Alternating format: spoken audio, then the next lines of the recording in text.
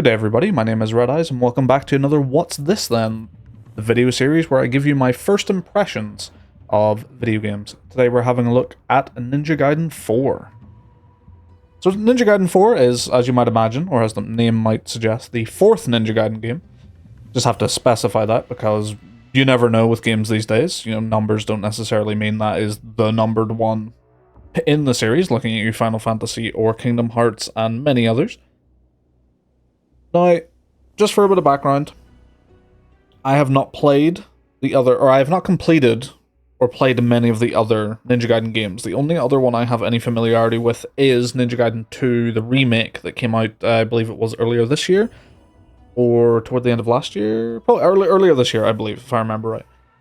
So, this is coming at this game from a mostly new player's perspective, although I do have a little teeny tiny bit of perspective of what another Ninja Gaiden kind of played like.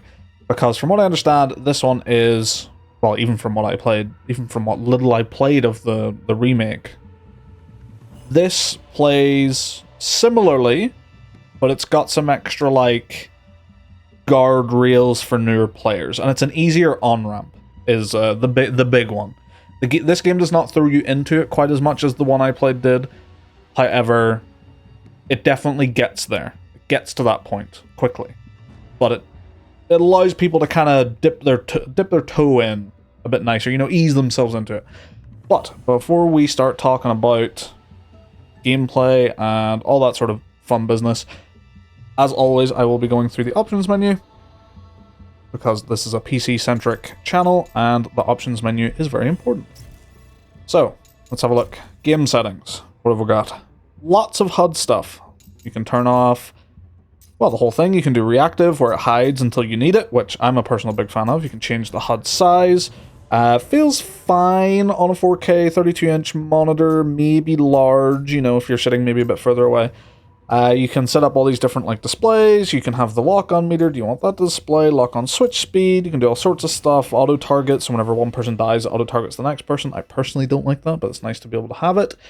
Auto instance of rebirth. This is like a revive. If you die in the middle of a fight and you have this item on you, it will ask you, do you want to use it? You can just set it to auto use. You'll never say no to that. Now, one interesting one is a hit lag. You can actually turn it off. So, like, whenever you go to swing, a lot of games will have hit stun, or hit stun is essentially the more common name.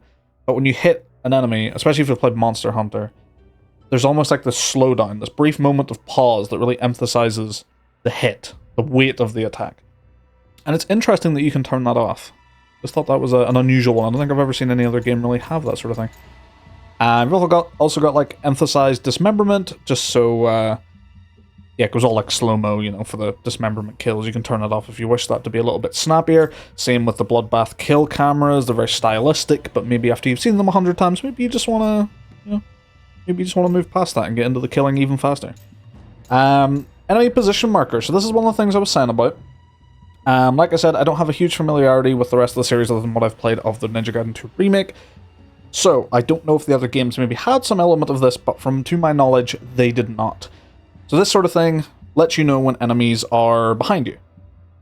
And for a Ninja Gaiden game, I would say for Ninja Gaiden purists, they probably dislike this idea. So, it's very nice that you can just turn this off, but for new players coming in and sort of getting used to a Ninja Gaiden game, this can be, you know, very nice for them. Especially because it doesn't feel like the game is designed, you know, to disincentivize enemies, like, positioning themselves behind you. Like, the AI will still just go behind you and just kick your ass if they see an opportunity. It's just that they've added this so that players who are a bit more unfamiliar or don't want to have to think about, you know, enemy positions of everywhere in the entire fight can have this on. One less thing to worry about. Also tells you whenever an enemy is going to attack. But it's nice that you can turn that off, you know, if you don't like it. And power attack telegraph lets you know when an enemy is going to do like a big powerful attack. You can turn that off if you wish as well. So you really have to learn a move from visual. And then you've got all sorts of stuff like tutorial message, turn them all off, notifications, auto skip cutscenes, blah blah blah, pause game when inactive. There's really nice accessibility settings. So you've got like auto assist, automatically perform certain techniques. Now these certain ones are only available if you're playing on the easiest difficulty. So if you're playing on the hardest difficulty or anything above the easiest, you cannot enable any of this initial stuff. It's like auto block and evade at low health and stuff. Like you can't like, so it says at low health, it's not actually affecting because I'm playing on hard, so it's not really doing anything. But it's cool that that stuff's there. This game has a really big emphasis on letting everyone be able to play this game, and it's not detracting from the actual gameplay design. It's just adding these on here as like helpful tools to people who need them, which is nice. Probably the best way to do that sort of thing. You've got auto interact, all that sort of stuff. Destination indicator, reduce gore. There's a lot of gore in Ninja Gaiden games, so you can have it so certain elements of the game have high contrast. So normal enemies, you can have them glow really hard, so you just always know where they are. Formidable enemies, destructible objects, you can just have all those like really glow. This game does have incredibly heavy use of the yellow paint, by the way, so if you're someone who doesn't like yellow paint, and that for some reason gets in the way of you enjoying games, well, you're going to see lots of that. So personally, it's kind of whatever. Definitely noticeable, but I don't really mind it. Especially when you see certain playtesting footage, and it's like, yeah, I can see why the developers feel like they need to put that sort of stuff in there. But yeah, let's have a look at controls. You can do this thing, which is, I think, unique to the PS5 controller. You can set the touch bar button to open specific things. You can do a photo mode, options, help, reload, checkpoint, training, which is really, really cool. Just never really seen that sort of thing before, so that's kind of neat. Blood Raven form controls, we'll get more into that into the actual game itself, but you can set it to hold or toggle, and there's a bunch of different stuff like that. So item wheel, you can have that hold or toggle. Really, really nice. This one was interesting. They have a single hand play. Now, if you turn that on, it will show you some presets. So if you're left-handed, it will put a majority of the buttons, like all the really useful buttons, essentially, on the left side of the controller. Or you can do left-handed custom, or you can do a right-handed preset, or you can do a right-handed custom and set it up yourself. This is really cool. I've never seen this in a game before. The single hand play stuff, like obviously button mapping and stuff, which, you know, is there. There's full button rebinding should you wish to change anything, but there's also some presets. From what I understand, the buttons are a little bit different from original Ninja Gaidens, so being able to change some of the presets back to what you're used to is very, very nice. But yeah, the single hand play thing, really, really impressive. Really cool idea to add that sort of thing, especially with a game as difficult as this one can be. But I suppose, you know, they went above and beyond in that because they want to set up the world in which someone can come in here and maybe they have some sort of disability where they can only play with one hand, and it still is like, hey, you can play our game. You can live the ninja crazy fantasy as well. What else we got here? So you got some like mouse and keyboard settings. I am not using that. This is definitely a controller game in my opinion, so I'm not going to comment too hard on that. And then you got all your like camera stuff and all that sort of business, you know, shake, focus, angle, distance, whatever. Graphics. This is all mostly fine. There is a very strange thing in here, which is DLSS. Do you want it on or do you want it off? To what level? Who knows? I think you have to go into an INI file to find out what this actually means. Like what quality level it is, which is very strange. I don't know why that's a thing at all. I feel like it'd be more effort to do it like this. But then you've got like, you know, texture quality, volumetric fog, wind, shadow, reflection, all that sort of good stuff. Motion blur, get that out of here. Dynamic resolution, I do not use it. Yeah, good stuff. The game runs really well for me. I have it set to 240 and I haven't really noticed it dropping down to any sort of frame rate where I'm feeling like it's chugging or it's impacting my play or anything like that, so that's always nice. I have seen some issues from other people though. This isn't really to do with the game itself. It seems, well, it's hard to say in this scenario who's more to blame. Is it Windows or is it the game developer maybe missing something? It's hard to say. But essentially, there's a couple of Windows versions recently that apparently caused this game to just crash on certain like setups and stuff. So if you get this game and it's just crashing on like when you go to hit like new game, There may be a Windows update you need to go back or update from or something like that, so keep that in mind. And then audio, nothing really much to talk about. Plenty of options in there, mixed preset, headphones, yeah, all good stuff. And language, this is where all your subtitle stuff is as well, and you can do display language and voice language. You can set that to Japanese if you wish. I think the English voice acting is pretty good. You know, it's alright. It's certainly not bad enough where it's like taking me out of the game or anything, and all the characters sound like fine and, you know, recognizable, like good voice actors. So, definitely playable with both. And then plenty of subtitle stuff, you know, font size and subtitle color and all sorts of stuff. But yeah. I'm just gonna hit no on that in case I change something that I forgot about. Yeah, that's basically the settings menu. Some really cool stuff in there, and then just, yeah, that DLSS thing, just very strange.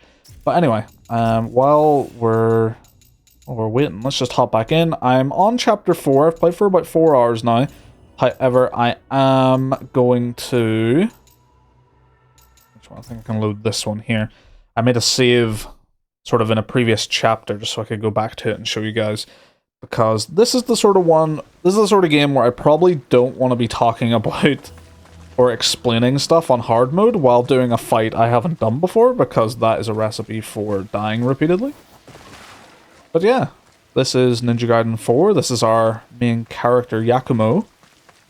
Series veterans will know that this is not Ryu Hayabusa, certainly. Now, the marketing material for this game, I think, kind of let it slip, or it's like one of those things where it's like, you know, it'd be cool if they didn't just tell us this in the trailers or whatever, but I'm fairly certain we're going to be playing as Hayabusa as well in this game. It's going to be like a dual protagonist thing. Yeah, a new character, trying to capture a new audience, certainly. He's very edgy, very anime. But so far, so good. You know, he's just very stoic, kind of one note. Not really a ton to him as of yet. Very competent, good at his job. Fine character. And then you've got like a supporting cast as well. Story-wise, we are going to kill a big dragon. Yeah. And I mean, that's really all you could ask for, isn't it? Yeah, the game looks very nice. Kind of linear level design. Nothing too crazy going on. That's definitely where the game is at its worst, I would say. Level design is very bland, very straightforward, not really a ton to it. Occasionally there's a little side path that you can go through and maybe pick up an optional objective or something like that, or like a little box like something like this, and get some items. Yeah, the movement's very nice though, the movement's very nice. This feels like traditional Ninja Gaiden stuff, at least from what I played of that remake, assuming that was a one-to-one in that regard anyway. But I'm sure people will be quick in letting people know that this is not a real Ninja Gaiden game, as seems to happen with a lot of stuff like that these days. Yeah, lots of really fun movement. It's this sort of combat is right up my alley. I love fast-paced, flashy, like glass cannon combat. Ninja Gaiden is very much known for its difficulty. This one, like I said, has an easier on-ramp for new players, but it certainly does not pull its punches once it gets going. I'm playing on hard difficulty. I've had some fights that, you know, took quite a few retries. Yeah, I just sort of got a new weapon. So I'm gonna get some pop-ups here being like, hey, you got new stuff, here's how it all works. Yeah, let's just beat up some guys, and we'll do it in a very flashy and violent manner, because this is Ninja Gaiden 4. I'll try not to die, while also explaining that the combat just feels excellent. However, it is extremely punishing. But it feels so good when you get it down. When you're just zipping to enemies, doing combos. There's a lot of moves, a lot of different mechanics going on. Yeah, this is a tough one. This is a tough one to talk about while playing. There's an item wheel. You get various items as you play through. You can pull this up and just sort of do a little quick heal whenever you need to. No recharging health stuff. I know a lot of people were kind of worried that this game was going to be a bit of a Souls-like, but it is very much not. Just because it kind of feels like a lot of things are going the Souls-like route these days. Here's a bit of a stronger enemy. He looks a bit spookier. Some enemies can block your attacks, and then you can do this really cool thing, which is called Blood Raven form, and it affects all your weapons and gives you like a new moveset. And you can break enemy blocks with it. I'll try and show that here. So it turns my like pokey rapier-like weapon into a big drill. And the ranged guy is annoying me, so we're going to cut his head off in a very bloody fashion. And we'll do the same to you. We'll poke you. So yeah, I can turn this into a big drill. I can hold the attack button, and then we'll just do big damage. Very, very fun. Very satisfying. You build it up. It's building constantly, and I've just died there. Yeah, this is how easy it is to die in Ninja Gaiden, but it is so much fun. Like, I'm not going to be able to do you justice, or do the game justice by talking about the game while playing it. In terms of how flashy and, like, really tight it can really be, because it's a game that requires attention. A lot of attention, and a lot of focus. Unless you want to lower the difficulty, but even on normal it's going to be like this. Because enemies will not. This is not an Assassin's Creed, Batman Arkham. Take your turn, you know, take a number and wait for your number to be called before you can attack type system. If an enemy is within range of you and is not on cooldown from like one of their previous attacks or something, or hasn't just missed something, they will just start swinging. And if you are not paying attention to that, you will get hit. And it's very easy to go from full health to 0 very, very rapidly in this game. Multiple times whenever I was streaming it on release there, on the second channel, by the way, go check that out. I would just be fighting a guy, and then, you know, I'd be feeling like I'm doing pretty well, health's, you know, looking pretty good, and then a couple of bad moves, bad blocks, and dead. You know. But because the combat is so snappy, I just don't mind. Like, I love it. Everyone dies fast. You die fast, enemies die fast, and this includes the bosses. The bosses are so much fun in this game, especially the first one, the first boss in the game. Incredible, great music, great look, great fight, great moves, just fantastic. The second boss, not quite as good, but still good. But I just love how everything dies so fast in this game. It really suits my playstyle, absolutely. Now after that fight, I'll just show you this little area. This is kind of like your shop where you can get items, and you can also get side missions and do all sorts of stuff. You also get a full heal whenever you interact with these. This is Umi, one of our sort of companion characters that's helping us out. You can go into the item supply and you can buy a bunch of stuff with our Ninja Coin. There's also a mission database. Now, this is pretty interesting. I don't know if the other Ninja Gaidens had anything quite like this, but you can pick up side missions, and as you explore these levels, which are quite large, by the way, like, this is the second, like, level I'm on. Now, there's a couple of different chapters within each level, but the levels are pretty massive. You can get all sorts of, like, different missions, like find secret supplies, find the Tengu offering, kill 50 Yatsunin, which is usually just, you know, kill 50 enemies. Execute the Tengu leaders, like, you'll find a little side path and it'll have these enemies in it, and it'll be quite a hard, like, standard fight. Not like a boss fight, but, you know, a bunch of elite enemies and quite a lot of normals, stuff like that. And it can be quite hard. And you'll get different rewards, so you'll get, like, Ninja Coin and all that sort of stuff. And you can also speak to the side characters as well, and they'll give you a little bit of banter back and forth, stuff like that. Along with Umi in the sort of item shop, there is Tyron, who is our moves guy. This is our learn new things. So we go into learn combat skills, and there's all this sort of stuff. You know, you can learn how to do different button combination attacks and stuff like that. You can learn how to defend better. You can learn how to do a parry counter. Pretty much everything that's universal is in here. This works for, so far, because there's 2 weapons that I currently have. I will presume there's 4 because it's D-pad to switch between them. But these are all universal. Battle techniques, this is the list of all your moves. You can go in there and you can try them out. Or training room, you can just in general go in there and just start fighting some guys. There is also weapon-specific stuff that you can unlock as well. So this is specific to the Taki Minakata. So you can, you know, more you use that weapon, the more weapon XP you'll earn, and then you can equip them. One thing that was interesting, you can actually disable skills. You can just be like, I don't want that to be an input that I could possibly even hit. If it's something you're maybe hitting back, it's a move you're not using too much, which is really, really cool. Like that. The Yatsunin, this is the new weapon I got, so I've only got a few, but you know, you can learn all these sorts of different little moves. And there is a ton of moves. Like, you will not be remembering all of them. You will find probably what works for you, and you will stick with it, and maybe experiment with some other stuff. But there's a ton to play around with, ton to remember, especially when the combat is so fast and frantic. It can be so much to remember. But see when you start getting it, see when you start like stringing some moves together, and it all looks really flashy and cool, and enemies are just dying left, right, and center, and you're just covered in blood. Oh, it's so much fun. So much fun. Also, accessories.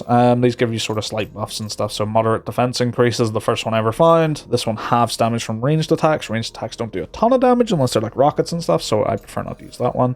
Yeah, and then there's combat skills. This is just the big list of all your moves, and you can turn them on and off. Yeah, really cool stuff. The movement, like I said, really, really fun. Very nimble. The only thing that's slightly weird is the main character. It's almost like they have like a bit of a turning circle. You can kind of do like a straight U-turn like that, but it's not the most responsive in the world. There's a little bit to it, but a lot of the time the main character will kind of do this like wider turn and stuff. And to me, that just sort of leads to a lot of like, ooh, I thought I would move that way, but the character kind of did a little bit of a turnaround when I thought they were going to do something else. You know, it's a little bit imprecise, just a smidge. Not the biggest deal in the world. Similar thing could be said of like certain moves and stuff. Because you're doing attacks that can lock on to enemies, sort of do it like a soft lock. Like there's this move, not that one, or that one. Maybe I can't do it. Oh no, it's not there. I was going to say maybe I can't do it if there's no enemies, but I'm just timing it wrong. So like this move here does like a soft lock onto enemies. And sometimes in the frantic fight, it can be hard to tell where exactly what enemy it's going to decide to actually attack. But that's just how these games go. I don't think there's really much you can really do about it. Either that or it's going to be free aim, and then it's like ridiculously hard to do in the middle of a fight. There's also a smidge of stealth. So this guy is definitely going to turn around as soon as I zip over. Nope. So certain fights, whenever you get there, they don't know you're there, and being a ninja and all, you can do some ninja assassinations. We'll do the same to this guy, because he's also an elite. And then if we fight away, oh, these are nasty. These like shuriken throwing guys. So you can hit R2 to block in a fight. If you block and then do a directional, you'll do a dodge.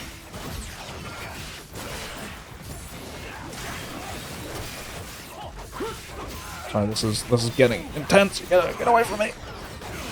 You can do like a perfect dodge. You'll see I like turn all blue there. That's sort of like your main defense in this game, is to block and dodge. Now blocking, you can only block so many times. Now there's no stamina system in this game. However, there is, if you get hit, I think by default it's 3 times. If you get hit 3 times, your block breaks, and then you're kind of open to an attack. You can upgrade it to more. Watch out for those. Throw explosives all over the place. We'll do some chopping. Ranged enemies die quite fast, thankfully. If enemies are really covered in blood, by the way, that usually means they are dismembered, and you can hit triangle to do an obliteration on them, where you just kill them.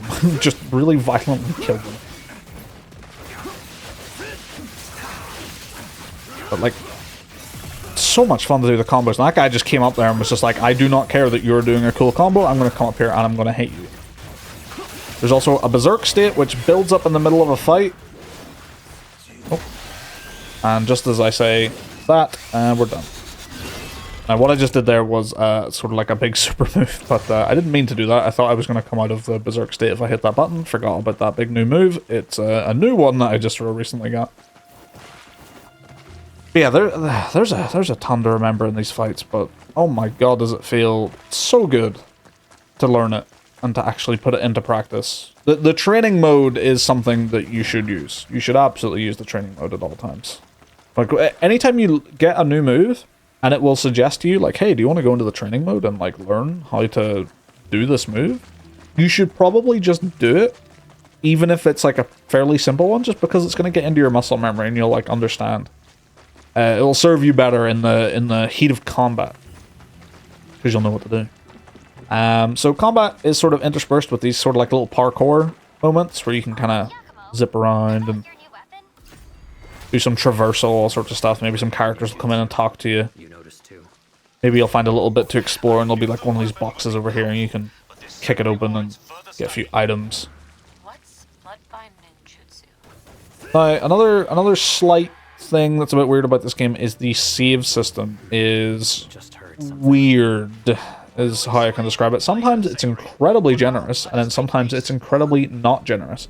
And also the save system in this game is you are reverting back to the complete state of that game whenever you reload a checkpoint. So if I was to go to the item store and buy like 10 things and then get into a fight and then die, and then my checkpoint was just before I got to the item store, it will not have like bought those items or remembered like any of the move upgrades that I did, stuff like that. So that's one to keep in mind. Got some demon enemies, non-humans. These are kind of new in the story. Not like the overall Ninja Gaiden story, but where I am at. The first level of the game is 95% humans. And we get some demons to fight, and they're very different. Their moves can be quite hard to sort of parse. A little bit trickier. Especially because they can be zipping all over the place and flying, and they don't look normal, normal human proportions, so it can be kind of hard to tell if they're swinging sometimes. But then you get used to it, and then you learn how to fight them, and then it feels really good to beat them up.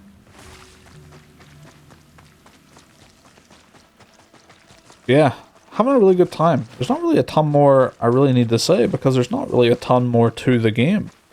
Runs good, looks good, story so far is fine. You know, it's a vehicle for the combat, is sort of how I feel about the story so far. The characters are, you know, again, fine. I'm interested to see whenever Ryu Hayabusa kicks into the story, because he has been mentioned, and he has been shown. So, you know, I'm fairly sure the marketing let it slip that, you know, we will be playing as him as well. So, I'm looking forward to that.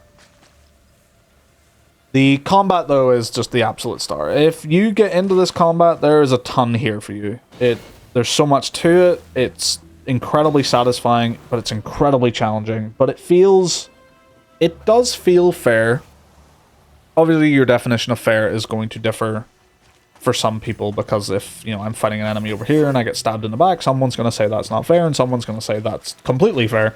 So it's all down to your interpretation. Ninja Gaiden, notoriously known for its incredibly difficult combat and not holding your hand at all. This game has a bit more hand-holding. Definitely a bit more hand-holding. But you can choose not to use these things. You can choose to turn them off. And then it plays just like any other Ninja Gaiden so far, really.